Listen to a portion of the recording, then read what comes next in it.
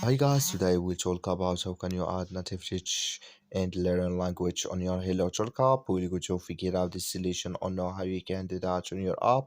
So all you have to do, you just go down, you click here on me down here. So then you come to this list here on your profile. Then all you have to do now, just go above or you just click here on your photo profile here.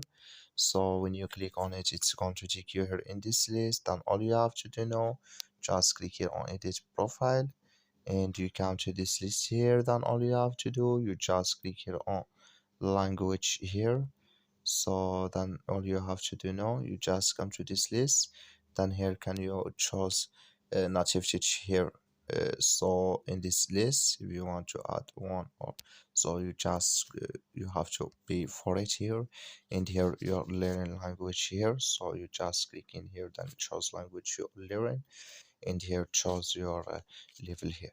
That's all. Thank you for watching. Don't forget to support us by like and subscribe.